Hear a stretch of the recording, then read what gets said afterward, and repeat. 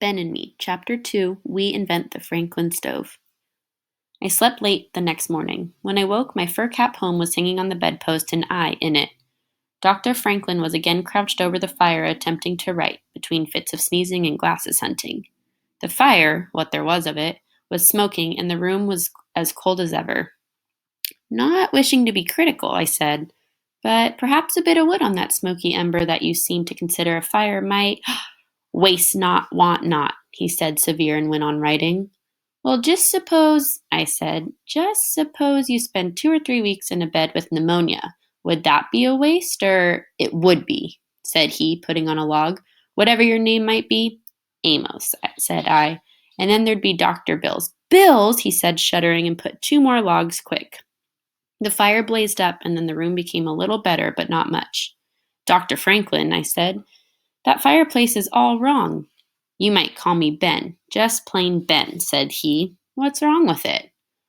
Well, for one thing, most of the heat goes up the chimney, and for another, you can't get around it. Now, outside our church, there used to be this hot chestnut man. Sometimes, when business was rushing, he'd drop a chestnut. Pop was always on the lookout, and almost before it touched the ground, top of page 10, he'd have it in his sack, and down in the vestry with it.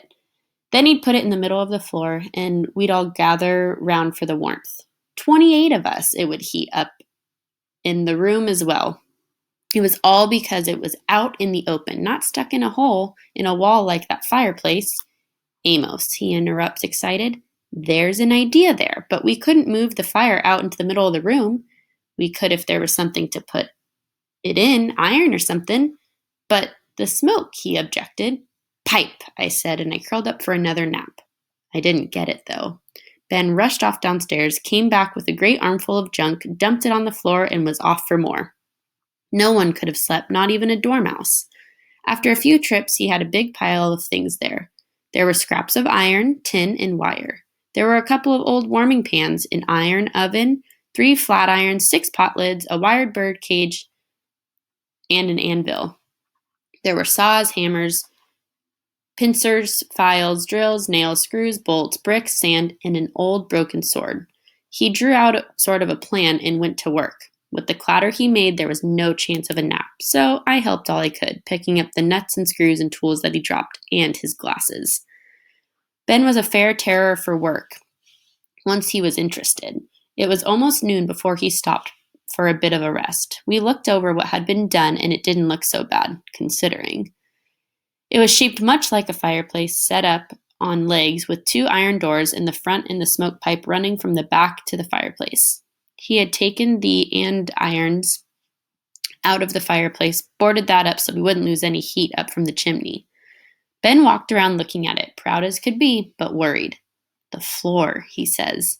It's the floor that troubles me, Amos. With those short legs and that thin iron bottom, the heat... Down on the docks, I said. We used to hear the ship rats telling us the sailors build their cooking, page 13, fires on board ship. A layer of sand right on the deck, bricks on top of that, and, Amos, he shouts, you've got it, and rushed for the bricks and sand. He put a layer of sand in the bottom of the affair, the bricks on top of that, and then set the andirons in. It looks pretty promising. Eureka, he exclaimed, stepping back to admire it and tripping over the saw. Straighten things up a bit, Amos, while I run and get some logs. Don't try to run, I said, and by the way, do you come through that pantry on the way up? Why? He asked. In some ways, Ben, I said, you're fairly bright, but in others you're just plain dull. The joy of creating may be meat and drink to you, but as for me, a bit of cheese. He was gone before I finished, but when he came back with the logs, he did have a fine slab of cheese and a loaf of rye bread and good big tankyard of ale.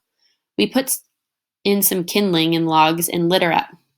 She drew fine, and Ben was so proud and excited that I had to be rather sharp with him before he would settle down to food. Even then, he was up every minute to admire it from a new angle. Before we'd finished even one sandwich, the room had warmed up like a summer afternoon. Amos, says he, we've done it. Thanks for the we, I said. I'll remember it.